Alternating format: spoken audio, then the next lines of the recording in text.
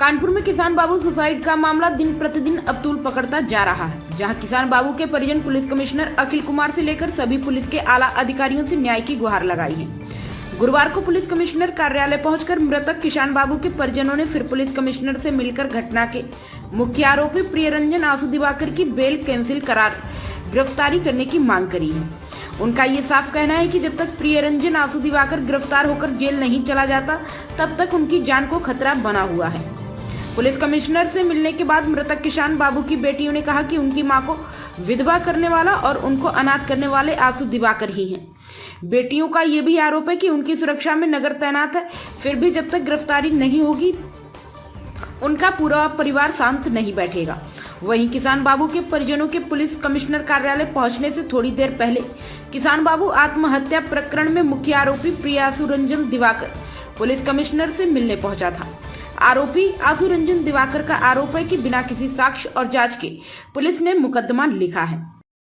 जो हमारे पति को जान से मरवा दी, हमारी खेती लिखा ली, ये सोचता है कि इनकी खेती लिखवा ली, इनको अनाथ बनाने वाला तो ये प्रियरंजन आंसू दिवाकर ही है। हमको विधवा बनाने वाला, हमारे बच्चों को अनाथ बनाने वाला ये प्रियरंजन आंसू दिवाकर है। ये सोचता है कि इनकी खेती लिखवा ली तो इनको क्या होगा। क्या लगता है क्यों गिरफ्तारी नहीं हो रही, क्या ऐसा है? इससे गिरफ्तारी नहीं हो रही, पुलिस भी इसके साथ मिली थी। आज आप यहाँ पर आई हैं, उससे पहले आंसू आया था, यहाँ मिल गया। कमिश्नर से क्या मांगने आए? कमिश्नर से हम यही मांगने आए हैं कि हमारी मदद करिए, बबलू को पकड़िए और इसको हमारी जो बिल ले ली वहाँ से हाई कोर्ट से, तो इसकी बिल खारिज करवाई।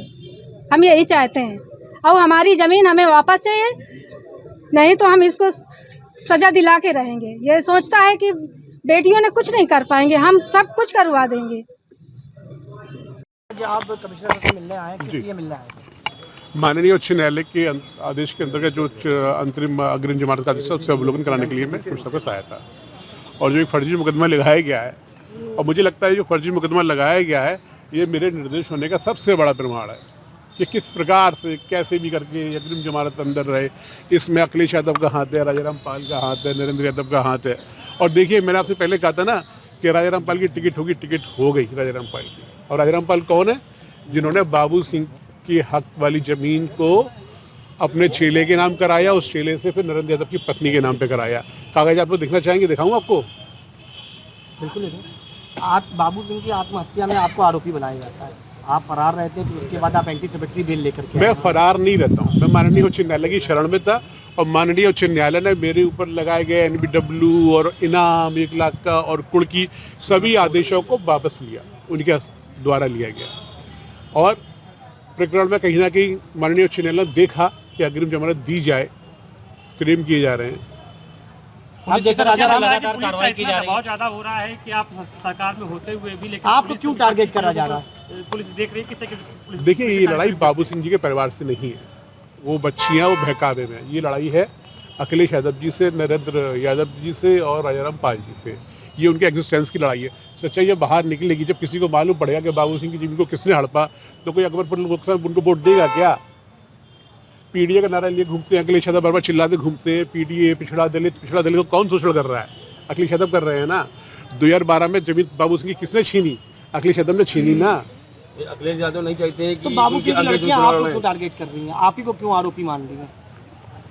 क्या वो पेपर जो आप मीडिया में दिखा रहे हैं, क्या बाबू सिंह की लड़कियों ने नहीं देखा? आपने भी बहुत सारी घटनाएं देखी होंगी। मैं किसी के कैरेक्टर को एसिडेट नहीं करना चाहता, किसी पे आरोप नहीं लगाना चाहता। मैं जो कहता हूँ प्रमाण के साथ कहता हूँ। आप मुझसे प्रमाण मांगिए राजाराम पाल को, मैं क्यों कह रहा हूँ? मैं प्रमाण दे रहा हूँ। आप ये नरेंद्र यादव, मैं प्रमाण दे रहा हूँ। तो वो प्रमाण लड़कियां क्या नहीं देख पा रही हैं, उनकी बेटियां नहीं देख पा किस रही? लालच में है, किस गलत फहमी में हूँ, मैं ईश्वर से प्रार्थना करता हूँ। क्यों? मेरे विरोधी उस जमीन को जो उन्होंने हड़पा हुआ है, वो सारे लोग मुझे आरोपित करने के लिए कुछ भी कर सकते हो। ये भी मैंने विश्वास से कहा।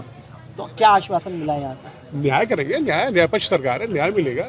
उच्च न्यायालय से न्याय मिला, चीजें सामने आएंगी, जो दोषी होगा जेल जाएंगे। अभी जो मुकदमा लिखा गया पुलिस ने बहुत जल्दी में लिख दिया, बिना किसी साक्ष्य के। आपको लगता है कि वो असली है? तभी तो आपको लगता है कि मुकदमा असली है? जिन बच्चों को सुरक्षा मिली हुई है सरकारी, उनकी सुरक्षा और बढ़ाई देगी। मैं चाहता हूँ उनकी सुरक्षा बाई कैटेगरी की हो जाए। पुलिस ने जल्दबाजी नहीं की मुकदमा लिखने के लिए। भाई ये विषय आपका विषय तो पूछिएगा, मेरा विषय नहीं है। हाँ बस रोल है। जी बताइए।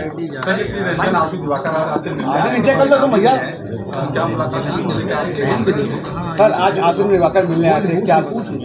देखिए, उन्होंने आकर अपना हाई कोर्ट से अपनी गिरफ्तारी का स्थगन आदेश के बारे में अवगत कराने गए थे, उसकी कॉपी दी है और अपने मामले में निष्पक्ष जांच का अनुरोध किया है। उनका पेपर्स हम लोगों ने डीसीपी ईस्ट को भेज दिया है कि उसकी समीक्षा करके नियमानुसार कार्रवाई करें। सर आज उनका परिवार भी यहाँ पे आया हुआ है, यहाँ पर आई हुई है। एक तरफ वो कहेंगे गिरफ्तारी नहीं हो रही, पुलिस लगातार उनको बचाने का काम कर रही है। वहीं एक मुकदमा भी हुआ, दूसरी तरफ वो खुलेआम पुलिस से मिल भी रहे हैं। क्या कुछ लगता है पूरे मामले में, क्या पुलिस कार्रवाई? देखिए, आज जो मिले हैं उसमें कानूनन उनको हाई कोर्ट से उनकी गिरफ्तारी पर रोक लगी है और उनसे कहा गया है कि विवेचना में सहयोग करें। जो न्यायिक प्रक्रिया है, जो न्यायालय के आदेश है, उसी के क्रम में हम अग्रिम कार्रवाई करेंगे। विवेचना जारी है, विवेचना में उनसे पूछताछ की जाएगी और उनका पक्ष जानकर साक्ष्यों के आधार पर पुलिस अग्रिम कार्रवाई करेगी। आरोपी को काजू बादाम खाते हुए वीडियो भी वायरल हुआ है। किसका? वो कोई स्वयं अपना काजू बादाम खा रहे होंगे तो मैं कुछ नहीं जानता। जब पत्रकारों द्वारा वीडियो बनाई गई है तो आप ही के स्टाफ ऑफिसर ने जो पत्रकारों से बदतमीजी करी है कि बाहर निकलो, धक्का का भी दिया। चलो वो सब बातें करनी, चलो जो मेन मुद्दा बता दिया मैंने। प्राइम संदेश न्यूज से संवाददाता मयंक सैनी की रिपोर्ट।